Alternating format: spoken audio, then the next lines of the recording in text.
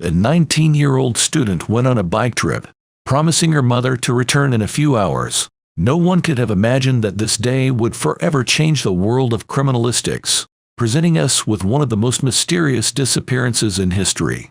For 30 years now, thousands of people have been asking one question: what happened to Tara Calica?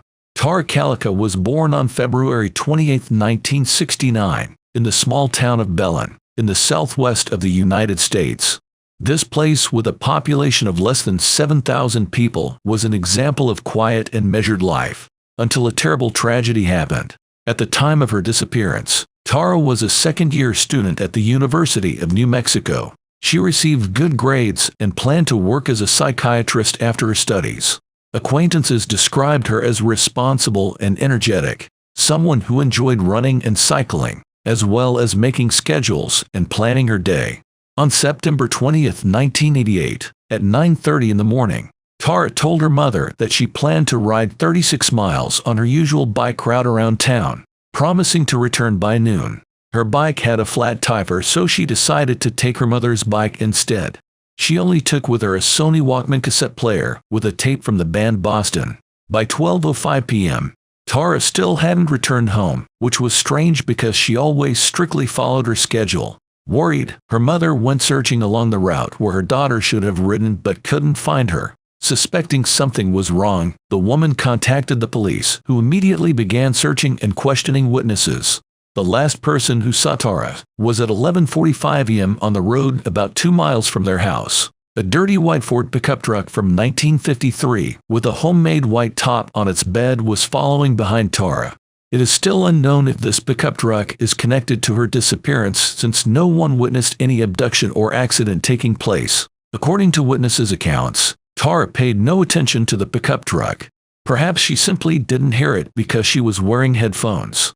The next day, on an ordinary road near Tara's home, they found the cassette tape that she had taken with herself that fateful evening. It appeared as though she accidentally dropped it while moving away from home. Detectives noticed bicycle tire tracks near this location. Some time later, they found fragments of Walkman player 19 miles east of where Tara was last seen. The girl's mother speculated that her daughter was trying to indicate the direction in which she was taken by the kidnappers. Tara's bicycle, however, was never found. Despite extensive searches, detectives failed to find any evidence. Then the police decided to publish information about Tara's disappearance in newspapers. This caused a real storm. Many people called and claimed to have seen the girl herself. Unfortunately, all these statements were either blatant fabrications or mistakes. All except one. On June 15, 1989, 8 months after her disappearance, a young girl resembling Tara Calico was spotted on the beach in Port St. Joe, Florida, accompanied by several adult men. From the outside, this scene looked as if the girl was obeying their orders. The police could not determine whether it was an incident staged or if she was actually being held against her will. ****** On that same day, passers-by found a horrifying Polaroid photograph taken near a store parking lot in the same city. It depicted a girl resembling Tara Calico and a boy of about 12 years old, with their mouths taped shut with duct tape. Next to the girl lay the book My Sweet Audrina, Tara's favorite book. This discovery raised more questions than answers. Examination showed that the photograph had been taken on film available for sale no earlier than May 1989. According to witness testimonies and surveillance camera footage from that day, there was a white windowless Toyota van parked at the location, driven by a middle-aged mustached man. Once again, neither the vehicle or its owner could be located.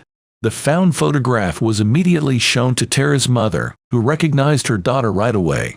She also noted that there was a scar on her leg visible in the photo, but detectives did not draw any conclusions from it, since at that time Tara should have already turned 20 years old, while the girl in the photo appeared maximum 16. A decision was made to send photos for independent expertise. Scotland Yard confirmed it as Tara Calico in them. However, experts from Los Alamos National Laboratory provided an opposite answer. FBI experts did not come to any definitive conclusion either. As for the boy in the photograph, initially he was thought to be 9-year-old Michael Henley, who went missing on April 21, 1988, in the mountains approximately 75 miles from Tara Calico's abduction site. This version also raised doubts related to age. The boy in their picture looked slightly older. This mystery was solved in 1990 when Henley's remains were found near his place of disappearance.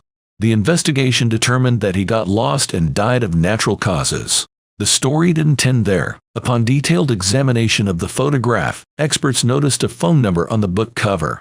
They managed to read part of it. It could have been one of 300 numbers, out of which only 57 actually existed.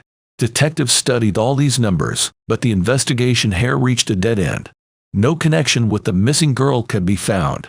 Soon after that, detectives were in for another surprise. Near one of the construction sites in Montecito, California, a similar photograph was found. It depicted the head of a girl with her mouth taped shut against a pillow of the same color as in the photo from Port St. Joe. The mother again recognized her daughter, despite the poor quality of the image. Experts determined that the photo was taken on film available for sale no earlier than June 1989. Shortly thereafter, another photograph fell into the hands of detectives. It captured a bound woman wearing large dark glasses sitting across from a man on a train carriage. This time, the mother couldn't tell if it was her daughter or not. Later she speculated that this photograph might be someone's cruel prank. Nonetheless, experts examined and established that it had been taken on film released no earlier than February 1990. Despite all efforts by investigators, this photo became the last piece of evidence in Tara Calico's disappearance case. However, her search did not stop there. In 2003, there came new hope for this case when Tara's former boyfriend, at that time working in law enforcement, was accused of murdering his wife. Because of this development, detectives reviewed Tara's abduction case again but failed to find any connections or new evidence. In August 2009, the Port Joe police received 2 anonymous letters containing photographs of a boy whose face had been covered with black paint, in style similar to first picture from parking lot back in 1989. Detectives traced these letters back to Albuquerque City, but they didn't find any DNA traces or other useful information for their investigation. Throughout all this time, the possibility remained open that perhaps it wasn't even Tara in the first photograph. If so, an even more horrifying scenario unfolded before them. 2 children, whose names have yet to be determined, were in the hands of criminals and needed help. The photograph clearly showed genuine fear in their eyes. 20 years after Tara's disappearance, the sheriff of Valencia County voiced his version of what happened. In his opinion, the girl's disappearance was a simple accident. The police officer believed that 2 teenagers were chasing Tara in a pickup truck and accidentally hit her at some point. Afterwards, they hid her body with the help of friends. The sheriff was confident in his theory. He even claimed he could name the culprits once Tara's body was found. At the time this statement was made, Tara's mother had already passed away, but her stepfather objected to the sheriff's position. He demanded substantial evidence or an end to spreading rumors. It has been 35 years since Tara Calico went missing, and this mystery remains unsolved to this day. The case is still open, but police no longer consider any connection between the photographs and her disappearance. Perhaps they decided to adhere to the version that it wasn't her in the picture after all. But then how do we explain Tara's favorite book? It seems deliberately placed within frame because her hands are tied behind her back, making it impossible for her to read. And how to explain the same scar on her leg as Tara's? If she is still alive, she must be 54 years old. Now not only the police but also ordinary caring people are trying to solve this mystery. They all share one goal: justice for Tara Calica.